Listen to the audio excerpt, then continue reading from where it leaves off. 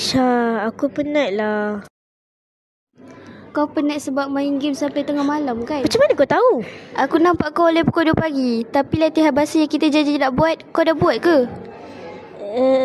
Wait, waktu rehat dah habis. Jangan nak buat helah. Kau dah tinggal latihan 2 hari. Burung hijau tu faham ke kalau aku sibuk?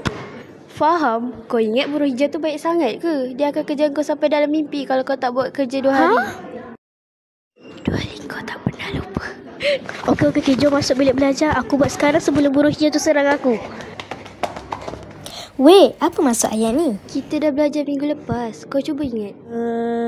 Saya seorang ayam. Ayam?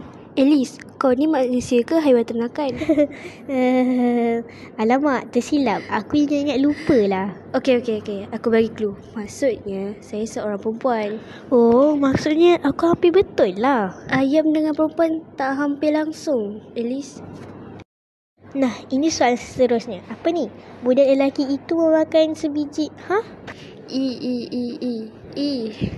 Aku tahu. Sebiji entong kan?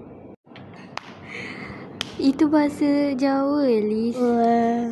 Aku tahu. Budak lelaki itu memakan sebiji apple. Sebiji apple kan? Betul kan? Akhirnya selepas pelbagai dugaan.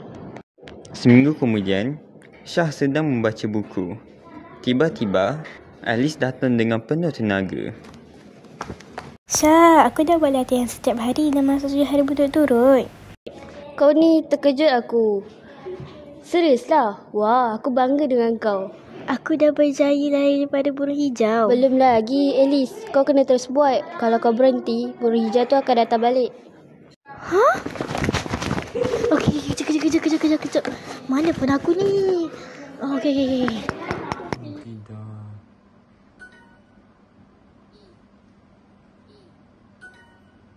Dah. Siap pun kerja ni. Kerja kat Syah lah.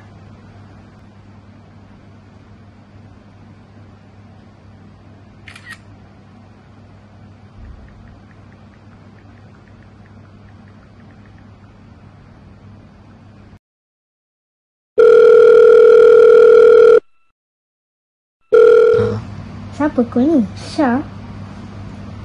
Hello? Hello Elise, kau tengah buat apa tu? Tengah Duolingo kau? Kau dah siap ke semua latihan hari ni? Dah lama dah. Aku kan rajin. Wah bagus sebab aku ada sesuatu untuk kau. Apa dia? Aku dah beli tiket ke Korea untuk kita berdua. Kau serius? Kau dah hafal Duolingo kan? Masa untuk test ilmu kita kat sana. Syah, aku tak percaya. Biar betul. Percayalah, kita pergi bulan depan. Siap sedia Alice?